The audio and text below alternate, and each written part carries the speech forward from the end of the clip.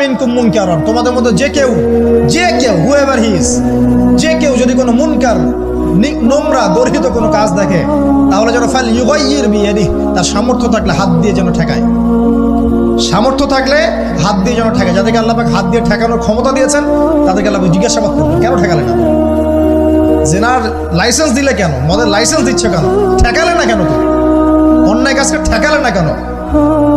যদি তুমি না পারো ওয়াইল্লাম ইয়াস্তাতি, যদি সে না পারে তাহলে ফাল ইউগাইয়ির বিলিসানি, তাহলে যেন মুখ দিয়ে সেটা প্রতিবাদ করে। এই যে মুখ দিয়ে প্রতিবাদ করার ক্ষমতা আলেম ওলামার আছে, যাদের হাতের ক্ষমতা নেই মুখের ক্ষমতা আছে, সেটাও যদি না পারো ওয়াইল্লাম ইয়াস্তাতি, সেটাতেও যদি সে সক্ষম না হয় ফাবিকলবিহি, তাহলে যেন অন্তর দিয়ে ঘৃণাটা পর্যন্ত করে। বিযালিকা আদআফুল ঈমান, এটা হচ্ছে ঈমানের সবচেয়ে নিকৃষ্ট একটা অবস্থা, সর্বনিম্ন অবস্থা, এর নিচে ঈমানের কোনো অবস্থাই নাই। তার মানে অন্যায় দেখে আমাদের যাদের মনে কোনো ফিলিংসই কাজ করছে না,